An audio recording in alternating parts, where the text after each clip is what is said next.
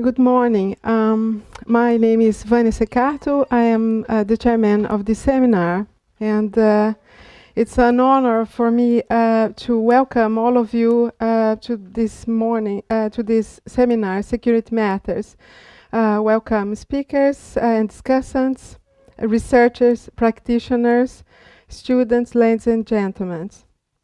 In these 2 days, we are going to put urban security in focus. The objective of the seminar is to provide a theoretical and empirical discussion of security issues in the urban context. This is important since we cannot plan cities that are socially sustainable without taking security into account. Although there is no such thing as a place free of crime, a sustainable city should aim at being free from the risk or fear of crime, where a feeling of security underpins a wider sense of place attachment and social cohesion. What are the challenges to planning cities which are both safe and sustainable? How does the city's urban fabric relate to crime and fear? Does the urban environment affect one's decision to commit an offense? Is there a victimization-related inequality within cities? How do crime and fear interrelate to inequality and segregation within cities of developing countries? The seminar search for answers to these questions in the nature of the city, particularly in the social interactions that take place in urban space, distinctly guided by different land uses and people's activities. Today we will have a set of 4 lectures ranging from broad societal issues of urban security and crisis management to people's movement, fear and the ecology of crime. The day finishes with an excursion led by Professor Bo Grunlund to Hammarby Sjöstad, a fairly new residential area, just 20 minutes from the seminar venue. So tomorrow we'll shift our focus to issues of urban security, looking at the ecology of crime and fear, with particular focus on transport nodes and issues of security in cities of the Global South, with the Brazilian and South African examples. We have 30 minutes for each lecture, followed by 15 minutes of discussion. So I hope you all got this red folder like this with the program of these 2 days of the seminar and a map of restaurants. You will find it here at the KTH campus. Without further ado, let me introduce Professor Folke Snickars, who is a professor in regional planning and dean of the Royal Institute of Technology, who will officially open the seminar. Welcome, Professor. My name is Folke Snickars. I'm the faculty dean of KTH. And as Vania said, I'm also a professor of regional planning, actually since 1985. I'm most senior professors. Anyway, since 8 last years I have actually acted as a faculty dean, so I work on the strategic development questions of the university. My main missions today is to work on the introduction of our new tenure track system. We have initiated such a system according to the US model as the first Swedish university, and we're going to see to it that it works and that we then focus our faculty recruitment initiatives to assistant professors who are then to be nurtured, and then hopefully they will become professors in the future. So KTH is Sweden's largest technical university, and you've seen today, this morning, that actually it was good that the ashes brought you here a month later, because this is the most beautiful part of the Stockholm summer. And also this is also the most beautiful time of the year for our campus area. It used to be that that in technology we try to create a safer world, so to say. The safety paradigm was a basic paradigm. Through technology, the world could be made a safer place. However, in recent decades, this perspective has shifted completely. So now we are agreeing that the world is an unsafe place. And even in technology, we start from this position that basically unsafe matters is what is the basic. And then we're trying to manage these safety issues. And this is done in, at all different levels of the systems, from the individual technical systems to the meso level, to the city level, and to the global level. We are not particularly good at risk and security research here at KTH. Technical universities in countries where you have, recurrent earthquakes and these kinds of difficulties, then there will traditionally be rather large ambitions in that field and a rather large amount of competence, for instance in Japan. So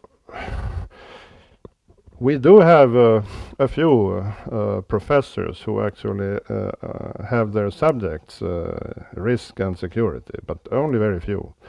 The ones we have are professors in the computer science and information technology field.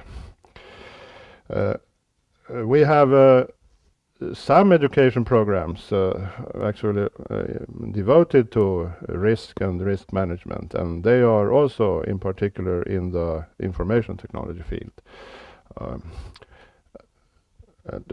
In other parts of KTH, we don't really have a risk, as a guiding principle for our education and research activities. There has been in the School of Architecture and the Built Environment for quite some time a center for safety research. And typical examples of projects coming out of that kind of safety research is this book, which is called Risks in Technological Systems, which is a translation into English of a book which has existed for some time in Swedish. Now, in those more traditional, areas of analyzing risk, we also have some new initiatives which I thought I would mention as in my introduction.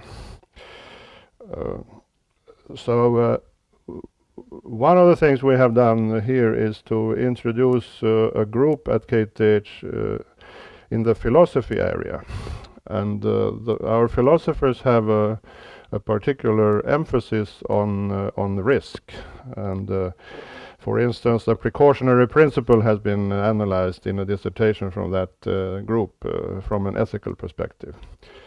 And quite a number of projects that we are initiated involve people from this philosophy group, which has been expanding extremely rapidly over the last decade. We also do quite a lot of risk-related and security-related research in the health technology field. And I don't think that's unlike strategies in other universities, but we do quite a lot of that. And one of the projects I'm working on for the moment is the creation of a substantial increase the amount of research and education we do in the patient safety field, looking at the safety in the health system from the patient point of view. And that can also be looked upon from various systems levels. When we speak to the general manager of one of our major hospitals, he sees himself basically as a person who sits in the tower of an airport, and he has a logistical dynamic system which has to work every minute of the day, every day of the year, and that's his perspective. So one of the things that is then done in this patient safety initiative is to try to see what you can learn from the way you look at security in other more advanced risk management sectors. the group we had, the center we had on safety research has actually had quite a large focus on safety in the transportation system. But anyway, we also do things in risk in planning and infrastructure field in the School of Architecture and the Built Environment, and this is the topic for the conference these 2 days. And one of the new professors we have here is a professor of river engineering, and in his task there is a rather substantial amount looking to the safety aspects of the energy system. And in the urban security field, we have analyzed this at various levels of various systems levels. One dissertation I wanted to mention is a dissertation on the urban areas as safe places for children.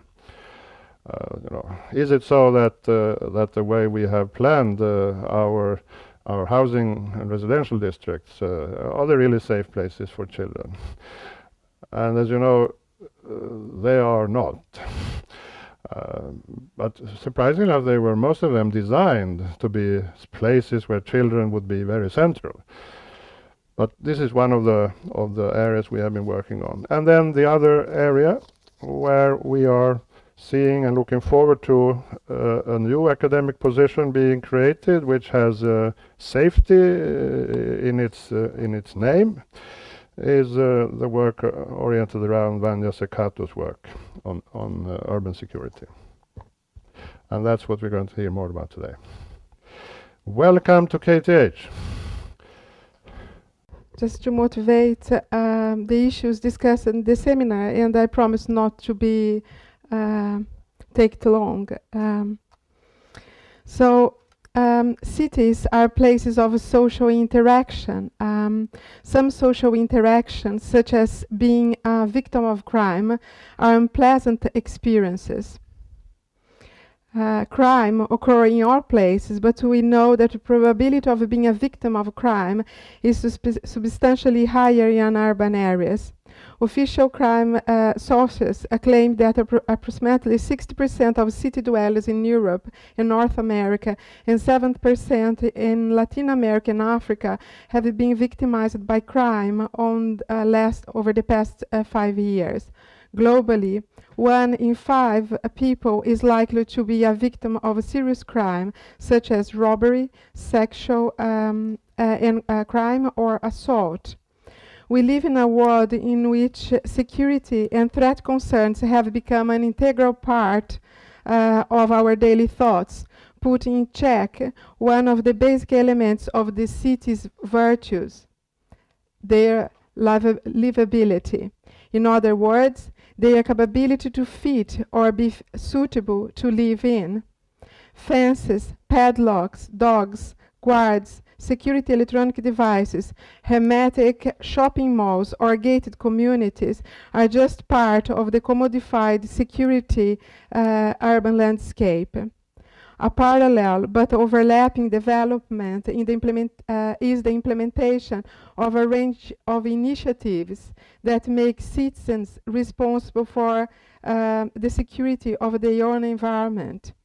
Security, global-wide, is no longer a matter of the police only, but of a diverse set of actors ranging from private companies to community-based groups. This development goes hand in hand with a safety discourse that follows the perception of escalated crime in the cities, something that made the public opinion to think that crime and fear are serious problems that has to be targeted by different sectors of society. A lack of trust in society's institution tends to reinforce people's desire to seek security within groups, rather within society, which in its turn exacerbates insecurity, social exclusion, and increases levels of conflicts. But this vulnerability of social groups in society is unequal. Professor Nikitili will show, for instance, that in the past 10 to 15 years, high-volume crimes are decreasing in most industrial societies. Improvements in security appear to have played a major role in producing these crime falls. However, there is evidence of unequal victimization. Uneven access to crime-reducing security measures may have benefited those who are economically better off, more than those who are poorer, and hence contributed to the observed uneven levels of a crime across different groups and different communities. Unequal victimization just illustrates that we cannot consider the issue of urban security and sustainability isolated from other key drivers. This is particularly crucial in cities of developing countries, for instance, of those from Global South, where urban security has to be considered in terms of how safety is impacted by, for instance, poverty, inequality, lack of democratic governance, corruption, for example. Professor Alba Zaluar will tomorrow present the specific case of young males in favelas in Rio de Janeiro, Brazil. And Dr. Karina Landman will illustrate challenges of urban security in South African cities. The fact is that the risk of being a victim of crime is not equally or randomly distributed over space. Some parts of a city are less safe than others, regardless the type of city we are referring to, either in Europe, in the US, or in other spaces of developing countries. Professor Eric Stern will talk specifically about the reasons of why urban environments are vulnerable places to different kinds of risks and how can that be dealt with in terms of crime management. While Professor Bill Hiller and Professor Bo Grunlud will explore links between microenvironments and crime. Such vulnerability to crime or threats does not depend only on particular types of street buildings, facades, but also on or in combination with individuals, interactions, and context they take part during their daily routine activities. As Professor Robert Haney particularly will illustrate in case studies from the UK. Professor Per Lofstrom is particularly interested in the role of the interaction between the person and his and or her environment. If cities are composed of a patchwork of environments, how do they affect us when we are on the move? Cities are composed also of places where people move about. Modern transport systems, together with related consumer service, generate areas of social convergence that are more prone to crime. Moving between places means to be exposed to unfamiliar places. An individual might be at a higher risk, or at least it feels so, just because he or she is moving beyond the jurisdictions or borders of unknown territory. What often happens is that individuals are unfamiliar with the risks they face in a known environment and become targets. It's about this type of geography that Professor Anastasia Sideris will be talking tomorrow, using examples from the US. There are other aspects that trigger insecurity and hamper an individual to move freely. They are not related to actual, but to the perceived risk that something unpleasant happens. How a person perceives risk, in this case the risk of being victimized of a crime, is dependent on its individual's characteristics such as physical abilities, age, gender, previous personal experiences, but also on more general aspects that mediate fear and risk in modern societies. We tend to modify our behavior and limit our physical activity because of fear. Decreased mobility harms social interactions, what makes people even further isolated. Some would say that fear create borders between social groups, cultures, neighborhoods, while others would argue that the opposite is also true. Isolation also creates fear and suspicion. Some would suggest that what often is forgotten is that such discourses of fear are related to the exercise of power. Those who have the control over it help shaping policies and urban environments according to certain interests. Dr. Jonathan Jackson will show different dimensions of fear based on his empirical work in neighborhoods in the UK. If fear creates isolation, and isolation creates fear, how can we plan urban environments that are both safe and non-fragmented fortress cities? If we can't have a prompt answer to this question, we hope that with this seminar we will make you reflect upon a number of aspects and mechanisms that are important when dealing with urban security. This is the challenge.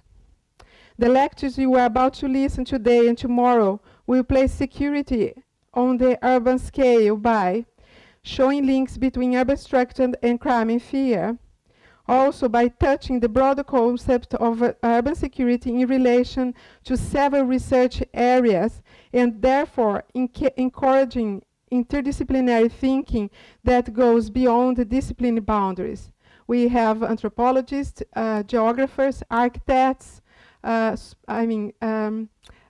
political scientists talking about the same subject.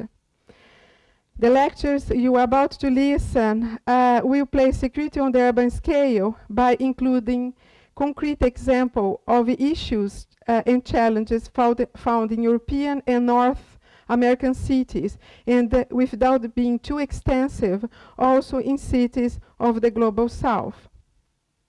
I hope you enjoy these 2 days of seminar, and welcome. Now I would like to introduce our first speaker, Professor Eric Stern. He is Professor of Political Science Crisis Management at the Swedish National Defense College in Stockholm, as well as Director of the Swedish National Center for Crisis Management Research and Training, CRISMART, which is based here in this building. He has published extensively in the fields of crisis management, security studies, foreign policy analysis, and political psychology. The title of today's lecture is Crisis Management and Urban Security. His lecture will examine the aspects of urban environments which impact on crisis management and the issues of societal vulnerability and resilience. Welcome.